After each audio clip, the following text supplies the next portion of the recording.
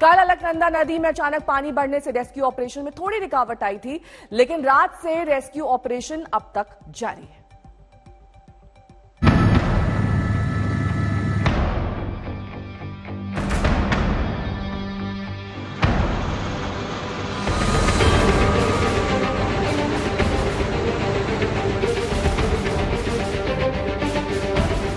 वक्त तेजी से बीतता जा रहा है, लेकिन मलबे से भरी अंधेरी बंद सुरंग से उम्मीद की कोई रोशनी अब तक नजर नहीं आ रही। एनटीपीसी के तपोवन टनल में फंसे करीब 35 मजदूरों से राहत कर्मी अभी भी दूर हैं।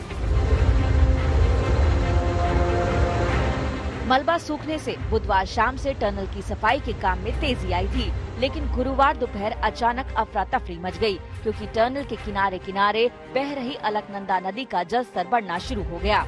आपको दिखाना चाहूंगा कि पीछे से इस वक्त टनल में यहाँ पर अफरा तफरी का माहौल है, क्योंकि टनल से पानी निकलना शुरू हुआ है। यहाँ पर अनाउंस किया जा रहा है कि टनल से पानी निकलना शुरू हो गया और सभी जो कर्मचारी हैं वापस उनको बुलाया जा रहा है, लोगों को पीछे किया जा रहा है। तस्वीरों में देखिए किस तरह से जो कर्मचारी हैं वो पीछे की तरफ भाग रहे हैं, टनल से बाहर निकल रहे हैं, जिस वक्त अंदर काम कर रही है। बहरहाल चंद घंटों में अलकनंदा नदी का प्रवाह शांत पड़ गया और राहत कर्मी फिर से अपने काम में लग गए।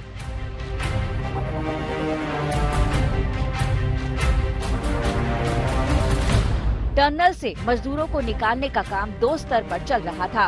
एक तरफ जेसीबी मशीनों से मलबे की सफाई और दूसरी तरफ ऊपर से टनल से ड्रिलिंग। लेकिन ड्रिलिंग में कामयाबी मिलती इससे पहले उसमें भी रुकावट आ गई।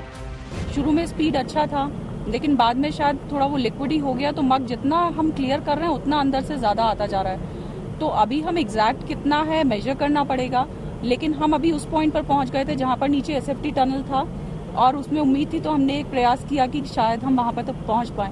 कुछ टेक्निकल प्रॉब्लम्स आए हैं कि नीचे स्लश है, वो नीचे नहीं जा पा रहा है। प्रयास जारी रहेगा, जितना आगे हम पहुंचते हैं प्रोबेबिलिटी है कि 180 मीटर के पास शायद वो लोग मिल जाए। लोगों का धैर्य जवाब देने लगा है। आज रेस्क्यू ऑपरेशन का छठा दिन है। आखिर सिर्फ 180 मीटर लंबे टनल से मलबा निकालने में इतनी देरी क्यों? तो सुनिए जवाब। अंदर में 2 एक्सकवेटर जाने का तो जगह है नहीं, एक जाएगा लेके आएगा, उसके बाद दूसरा जा रहा है। आप लोगों को जो लग रहा है कि स्लो है नहीं है, जो भी आप लोगों को लगता होगा, आप लोग दिन भर इधर बैठे हैं, आई अप्रिशिएट दैट। उसका कारण ये है कि एक साथ हम 5 चीज नहीं लगा सकते हैं। टेरेन का भी प्रॉब्लम है, अंदर का टनल में जाने का जगह का कमी है, तो we have kept 2 machines, 1 by 1 continuously they are working. लोगों के मन में सवाल अंदर फंसे मजदूरों की कुशलता को लेकर है। लोग ये भी जानना चाहते हैं कि जिस तरीके से रेस्क्यू ऑपरेशन चल रहा है, क्या उसके अलावा कोई और तरीका नहीं हो सकता? प्रशासन को इन तमाम तीखे सवालों से जूझना पड़ रहा है। देखिए, इसमें अभी अंदर क्या स्थिति है न तो हम जानते हैं, प्रशासन जानता है, ना जो हमारे फोर्सेज आई यहाँ पर उनके जो रेस्क्यूअर्स है वो जानते हैं, ना एनटीपीसी वाले भी जानते हैं। जो कार्रवाई हो रही है ये प्रोबेबिलिटीज के बेसिस पे हो रही है। अल्टीमेटली अगर मेरे पास रिसोर्सेज है और मेरे पास बहुत लिमिटेड स्कोप है जाने का और वो जो करने का, तो मैं प्रयास वही करूंगा जहाँ पर सबसे ज्यादा प्रोबेबिलिटी है मुझे अलाइव लोगों के मिलने का और ज्यादा लोगों के मिलने का। इस बीच कल 2 अन्य लापता लोगों के शव अलकनंदा नदी के किनारे से बरामद किए गए। इस तरह से अब तक 36 लोगों के शव बरामद किए जा चुके हैं, लेकिन अभी भी 168 लोगों का कोई अता पता नहीं है, जिनमें से करीब 35 लोग तपोवन टनल में फंसे हैं। स्थानीय लोगों की इस आशंका के बाद कि फ्लश फ्लड में बहे लोगों के शव श्रीनगर डैम में चले गए हैं, वहां भी सर्च ऑपरेशन का काम तेजी से चल रहा है। श्रीनगर डैम में ये हमें इनपुट मिले कि हो सकता है यहाँ से बहकर वहाँ चली गई हो। तो हमारे जो मरीन कमांडोज आए थे उनकी एक टुकड़ी 16 लोगों की थी, उनमें से 8 या 9 लोग वहाँ पे अपने कुछ बेसिक इक्विपमेंट्स वहाँ के डीएम से भी हम लोगों ने टाई अप करके उनको दिया है। वो भी 2 दिन से वहीं पे रेकी कर रहे हैं कि शायद वहाँ से भी कुछ बॉडीज मिल जाए। तो वी आर ट्राइंग इट। और इसके अलावा SDRF की अलग अलग टुकड़ियाँ अलग अलग जगह पर टीम्स बनी हुई है, वो भी नदी के किनारे चल कर वहाँ पे भी बॉडी का प्रयास कर रही है ढूंढने का। वहीं से सब बॉडीज अभी जो मिल रही है 35, यहाँ से तो अब नहीं मिल रही है, ये सब वहीं से मिल रही है। देहरादून से लेकर दिल्ली तपोवन टनल में चल रहे रेस्क्यू ऑपरेशन पर सरकार और राहत एजेंसियां टकटकी लगाए हुए हैं। बस इंतजार है इस बात का कि कोई अच्छी खबर आ जाए, टनल में जो जिंदगियां फंसी हैं वो बच जाएं। तपोवन से मनजीत नेगी के साथ आज तक ब्यूरो। सवाल ये उठ रहे हैं कि क्या आपदा के लिए एनटीपीसी की तैयारी नहीं थी? क्या उत्तराखंड में पिछली बार आई तबाही से कोई सबक नहीं लिया गया? जैसे जैसे वक्त बीत रहा है कई सवाल उठ रहे हैं, उन सवालों का जवाब दिया है एनटीपीसी ने। देखिए एनटीपीसी इंजीनियर ने कल क्या कुछ कहा। अगर उसमें कोई भी घटना घटती है उसका एक रिस्पांस टाइम होता है। हमारे डिजाइन के हिसाब से ये सबसे लीनेस्ट पीरियड है। यहाँ पर 15 क्यूसेक्स का फ्लो था जिस वक्त ये काम चल रहा था। 10 मिनट के अंदर वहाँ पर 40 मीटर ऊंचा सैलाब आ जाता है। इस 10 मिनट के रिस्पांस के लिए तो कोई भी प्रिपेयर्ड नहीं हो सकता। हम कितनी भी तैयारी कर लें, कितना भी प्रयास कर लें, कितना भी डिजाइन कर लें, हम फुली प्रिपेयर्ड थे। आध घंटे के अंदर अंदर हम टनल से बाहर आ सकते हैं। अगर कोई भी घटना घटती है, हमारा जो रेस्क्यू रिस्पांस सिस्टम है उनका मॉक ड्रिल करते हैं यहाँ पर, और मिनिमम आध घंटा तो चाहिए हमको किसी भी जगह से भागने। अगर इंसान भागता भी है तो 500 मीटर भागना है तो उसको भागने के लिए समय चाहिए। इस टेरेन में हम कहीं भी छेद करके उसको एक्सेस करने का जगह नहीं दे सकते। अलकनंदा पर ग्लेशियर टूटने के बाद कई झील बन गई हैं जिसमें लाखों क्यूसेक पानी भर गया है। सितम इतना भर नहीं है, सितम ये भी है कि इन झीलों ने अलकनंदा का मुहाना बंद कर दिया है। बीच बीच में चट्टानें खिसकती हैं तो पानी नदी में आ जाता है। अभी मैं यहाँ पे जो रौठी स्ट्रीम है और जो ऋषिगंगा स्ट्रीम है उसके कॉन्फ्लुएंस के लगभग जस्ट ऊपर मैं यहाँ पे गांव वालों की हेल्प से यहाँ पे पहुँचा हूँ, और मैं देख रहा हूँ कि जो फ्लड आया है वो बेसिकली ये क्लियर होता है यहाँ से कि फ्लड जो है वो रौठी स्ट्रीम से ही आया है। और जैसा कि अभी ये लोग मुझे हेल्प कर रहे थे दिखाने में कि ऊपर जो जहाँ से ये चंक कह रहे हैं कि कोई लैंडस्लाइड हुआ है, वो ऊपर वो चंक यहाँ से ये लोग आइडेंटिफाई कर रहे हैं क्योंकि इन्होंने उस एरिया को पहले देखा था। लेकिन जो महत्वपूर्ण बात मैं अभी कहना चाहता हूँ और जो बहुत सीरियस बात है वो ये है कि जो ये फ्लड आया था, उस फ्लड ने यहाँ पे एक टेम्परेरी डैमिंग की थी, और उस टेम्परेरी डैमिंग की वजह से जो ये ऋषिगंगा है जो मेन स्ट्रीम है, वो ऋषिगंगा अभी मुझे दिख रही है कि वो ऋषिगंगा अभी पूरी तरह से ब्लॉक है। और उसमें यहाँ से मैं क्लियर देख सकता हूँ कि यहाँ से आप अगर उसको जूम करेंगे तो आपको दिखेगा कि यहाँ से एक ब्लू कलर की लेक दिख रही है। तो ब्लू कलर की लेक का मतलब है कि ये पानी काफ़ी देर से यहाँ पे पॉन्डिंग होना शुरू हो गया होगा, और अभी क्योंकि ये काफ़ी स्टेबल है तो काफ़ी पीछे तक शायद गया होगा। मुझे इसके साइज़ के बारे में कोई अंदाज़ा नहीं है क्योंकि यहाँ से ये पूरी तरह से नहीं दिख पा रहा है, लेकिन ये कह सकता हूँ कि ये पूरी तरह से अभी ये जो ऋषिगंगा जो है वो पूरी तरह से अभी ब्लॉक हुई है।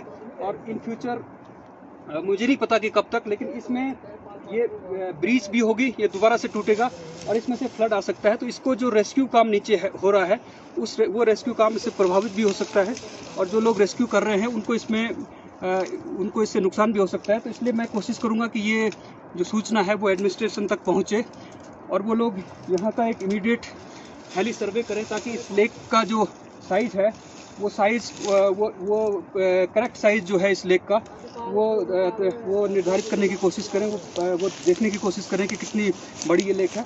कल हम कोशिश करेंगे, क्योंकि अभी बहुत देर हो चुकी है, कल हम कोशिश करेंगे कि हम इस रास्ते थोड़ा और आगे जाके उस लेक को फिजिकली देखने की कोशिश करेंगे कि वो कितनी बड़ी लेक है, ताकि उसके साइज़ के बारे में और उसका जो डिजास्टर उससे क्रिएट हो सकता है उसके बारे में हमें थोड़ा कुछ आइडिया हो सके।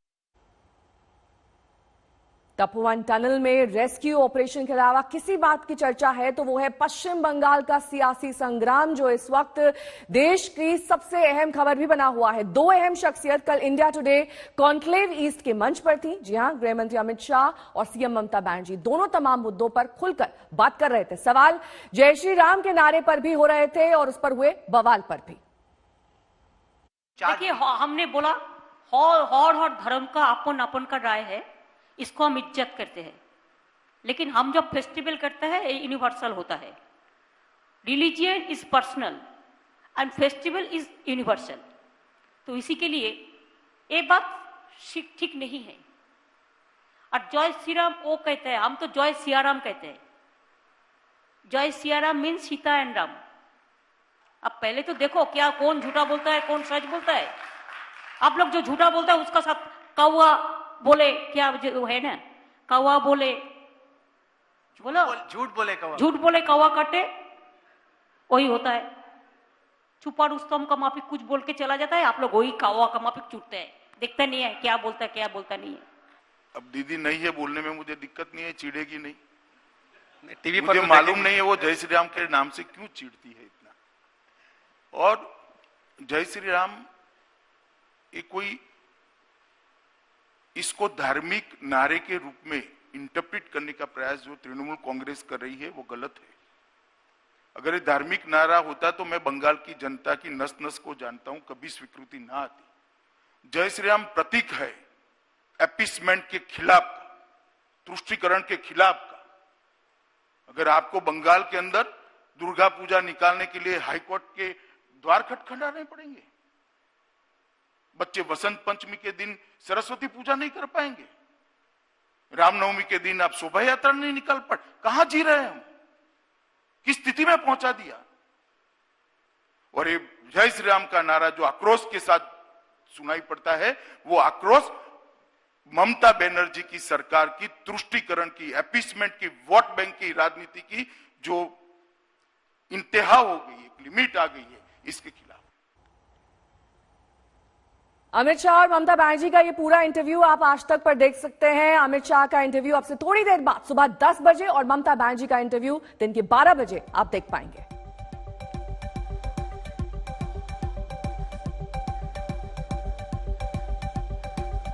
और अब सीधे आपको ले चलते हैं राहुल गांधी की प्रेस कॉन्फ्रेंस में। पवित्र जमीन नरेंद्र मोदी ने चाइना को पकड़ाई है, यह सच्चाई है।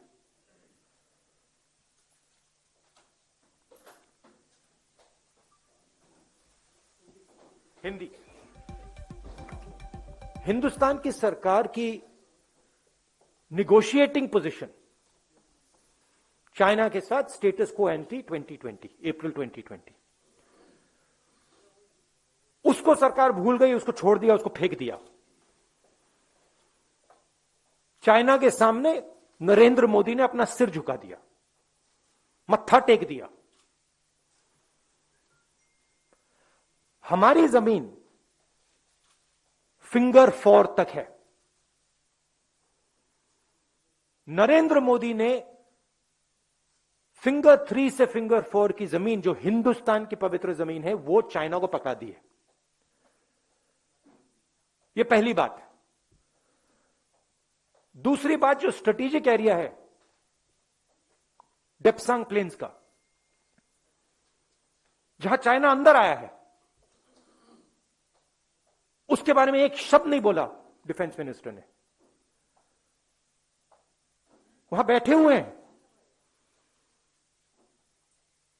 गोगरा और हॉट स्प्रिंग्स के बारे में एक शब्द नहीं बोला, वहां बैठे हुए हैं। सच्चाई यह है कि हमारी जो पवित्र जमीन है नरेंद्र मोदी ने चाइना को दी है। यह सवाल है, इसका जवाब दें। अब आपके कोई सवाल हो पूछिए।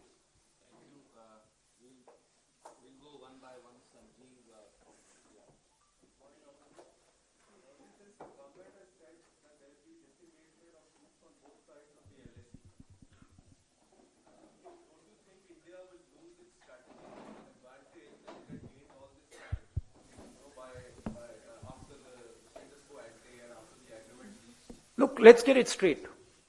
First of all, there was no strategic advantage. The Chinese were in our land. The Chinese were in Depsang. They were in Pangong. Our soldiers risked everything they had to go to Kailash ranges. That's where the strategic advantage, if any, arose. Now the Prime Minister has given back the land. Status quo ante is irrelevant. Kailash has been given back. And nothing has happened on the key area which China wants, Depsang Plains. This is absolute 100% cowardice. There is nothing else. The Prime Minister is a coward who cannot stand up to the Chinese. That's the fact. And he is spitting on the sacrifice of our army. That's what he's doing. He's betraying the sacrifice of our army. And nobody in India should be allowed to do it. Nobody in the rest of the world should be allowed to do it. That is the fact. And yesterday the defense minister is giving a little statement, silently, sheepishly. Why didn't the Prime Minister come and say this? Why is he making the Defense Minister make this statement? Prime Minister should say, I have given Indian land to China. This is the truth. Thank you, sir. Siddharth from ANI.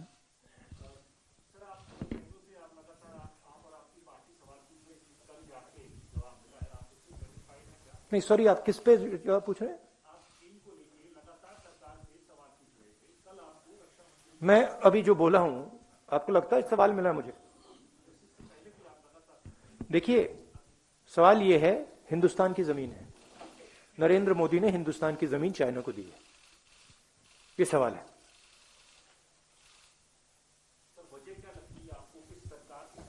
वजह है कि Narendra Modi China के सामने खड़ा नहीं हो पाया। हमारी आर्मी खड़ी है, वो तैयार है खड़े होने के लिए, एयरफोर्स तैयार है, नेवी तैयार है, मगर प्रधानमंत्री तैयार नहीं है। ये वजह है। Thank you sir. Uma from NDTV. Rahul, संसद का सत्र चल रहा है, कल रक्षा मंत्री ने संसद के अंदर बयान दिया। आप तो ऑपोजिशन पार्टी में है, संसद के अंदर भी सवाल उठा सकते हैं, सड़क पे भी सवाल उठा सकते हैं, डीसी में भी सवाल उठा सकते हैं। क्या अच्छा नहीं होता कि कल जब रक्षा मंत्री ने बोला उस समय आपकी पार्टी या आप इंटरवीन करते? हमें इंटरवीन करने थोड़ी दिया, नहीं हमें लोकसभा में we were not allowed in Lok Sabha to raise it, and I'm sure we will not be allowed to have a debate on it, 100%.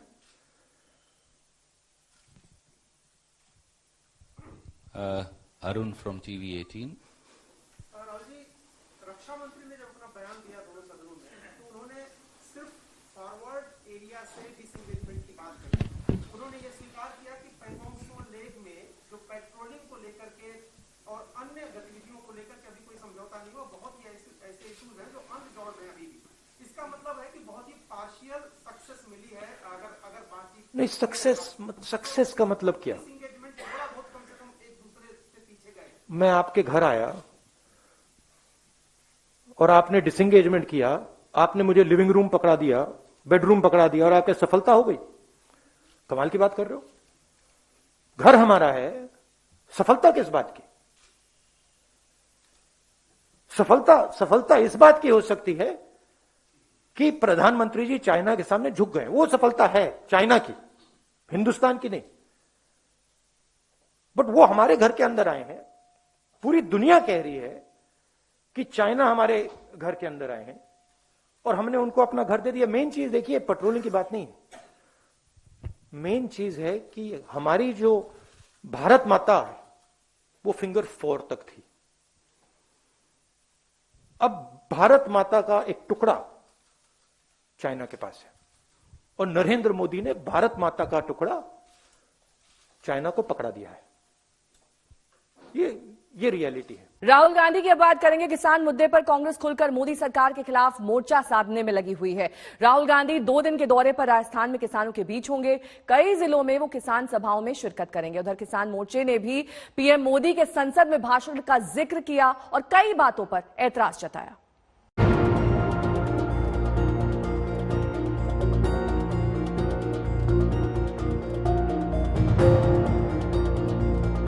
बार बार संसद में खुद पीएम मोदी के भरोसा देने के बाद भी किसान टस से मस नहीं हो रहे हैं। किसानों का मुद्दा लगातार पेचीदा हो रहा है और इसी में विपक्ष को अपने लिए संभावना दिख रही है। कांग्रेस लगातार किसानों के मुद्दे पर मोदी सरकार को घेर रही है। गुरुवार को संसद में मोर्चा संभाला राहुल गांधी ने।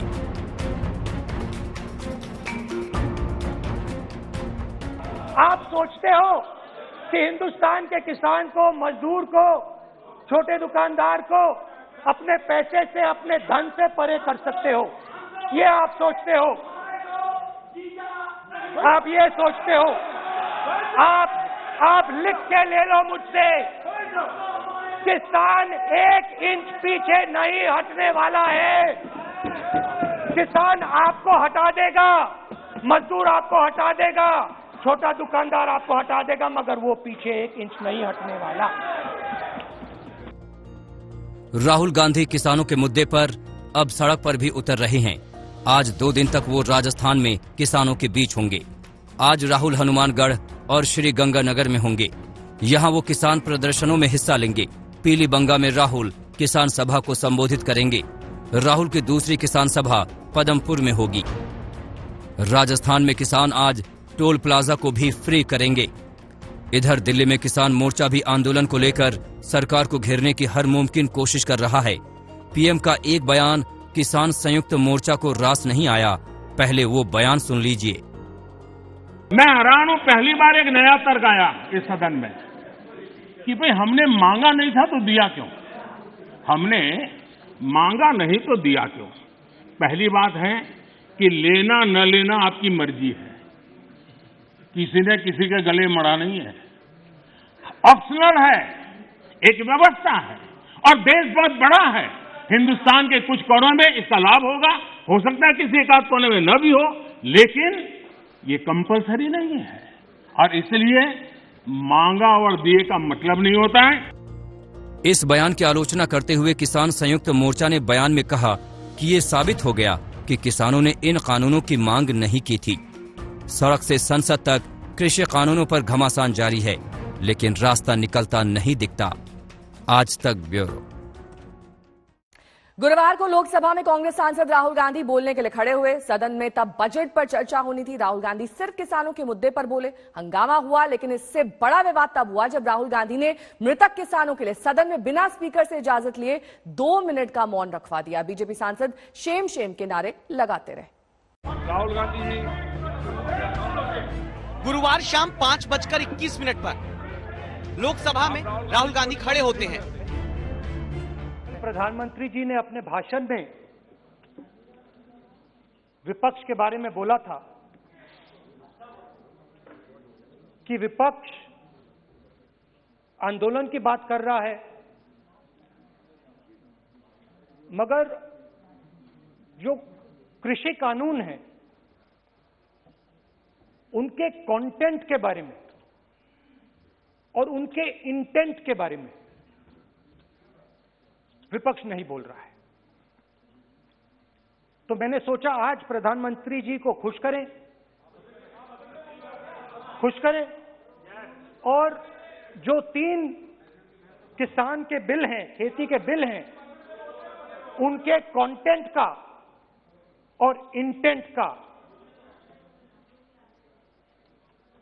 की बात करें। बीजेपी के सांसदों ने कहा चर्चा बजट पर हो रही है, किसानों के मुद्दे पर नहीं। राहुल का जवाब आया, किसान का मुद्दा भी बजट का मुद्दा है, आप उनका आदर कीजिए। फिर किसानों के मुद्दे पर सरकार को घेरने के बाद राहुल गांधी का भाषण जब खत्म होने वाला था, तब सदन में राहुल गांधी ने वो किया जिस पर विवाद हुआ कि जो 200 किसान शहीद हुए उनको इन लोगों ने श्रद्धांजलि नहीं दी।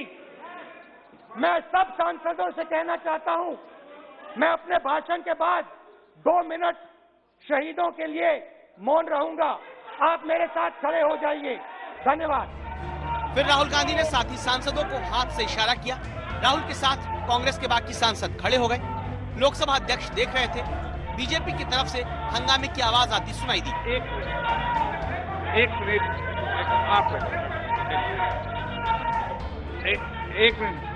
माननीय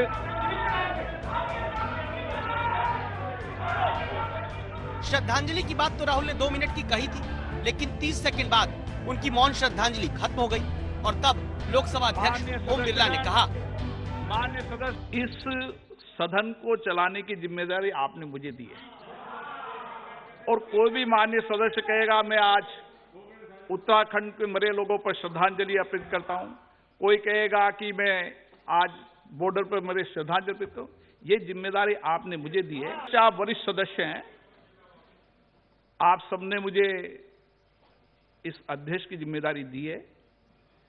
इस तरीके का व्यवहार करना सदन में मैं सोचता हूं कि उचित नहीं है और ये गरिमा। संसद के सदन नियम से चलते हैं। नियम कहता है स्पीकर की इजाजत लेनी जरूरी होती है। बीजेपी इसीलिए राहुल गांधी पर निशाना साधने लगी। कुछ लोग सदन में भी कम रहते हैं और देश में भी कम रहते हैं, उसका खामियाजा यही होता है सर। और 2 मिनट का मौन बोलकर 30 सेकंड में श्रद्धांजलि देकर बैठ जाने वाले राहुल गांधी अपनी बात कहने के बाद सदन से चले गए।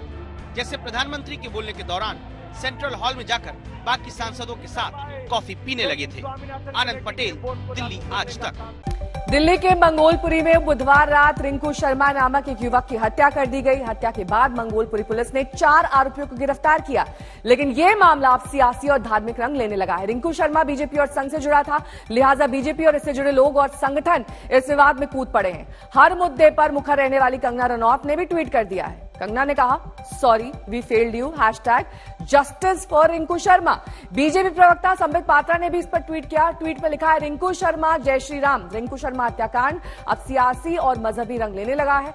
वीएचपी ने इस पर तीखी प्रतिक्रिया जाहिर की है। वीएचपी के मुताबिक कुछ लोग जिस तरह से धार्मिक तनाव पैदा करने की कोशिश कर रहे हैं, रिंकू की हत्या उसी जहर का परिणाम है। मंगोलपुरी के रिंकू शर्मा की कुछ जिहादियों के द्वारा जो निर्मम हत्या की गई वो बहुत दुर्भाग्यपूर्ण है। दुर्भाग्यपूर्ण यह भी है कि इस हत्याकांड में कई परिवार शामिल थे, उनकी महिलाएं बच्चे भी शामिल थे। उसके हाथ पकड़कर जिस तरह से चाकुओं से गोंदा गया, वो कोई बर्बर व्यक्ति ही कर सकता है, किसी सभ्य समाज का हिस्सा नहीं। क्या कसूर था रिंकू का? सिर्फ यही ना कि 5 अगस्त को जब प्रधानमंत्री अयोध्या में राम लला की पूजा कर रहे थे, उसने शोभा यात्रा निकाली। उसका यही कसूर था कि वो मंदिर निर्माण के लिए निधि समर्पण का कार्यक्रम कर रहा था। और अब आपको बता दें कि इस पूरे मामले में अब सियासत गर्माती जा रही है। क्या है ये पूरा मामला? ये बताया जा रहा है कि आपसी झगड़े में बुधवार रात पड़ोसियों ने घर में घुसकर रिंकू शर्मा को पहले लाठी डंडों से हमला किया, फिर चाकू गोदकर मार डाला। रिंकू एक अस्पताल में लैब टेक्नीशियन था और बीजेपी और संघ से जुड़ा हुआ था। आरोप यह है कि पड़ोस में रहने वाले नसरुद्दीन नाम के युवक से पहले भी कई बार उसकी कहासुनी हो चुकी थी, जिससे दोनों परिवार में आपसी मतभेद था।